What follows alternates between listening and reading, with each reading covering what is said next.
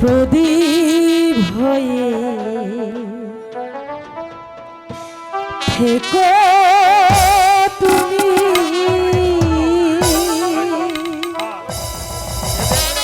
আমার ভাঙা ঘরে।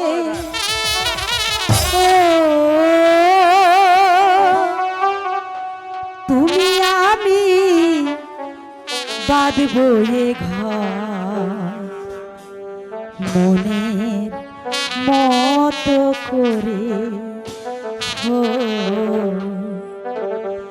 মনের মতো করে।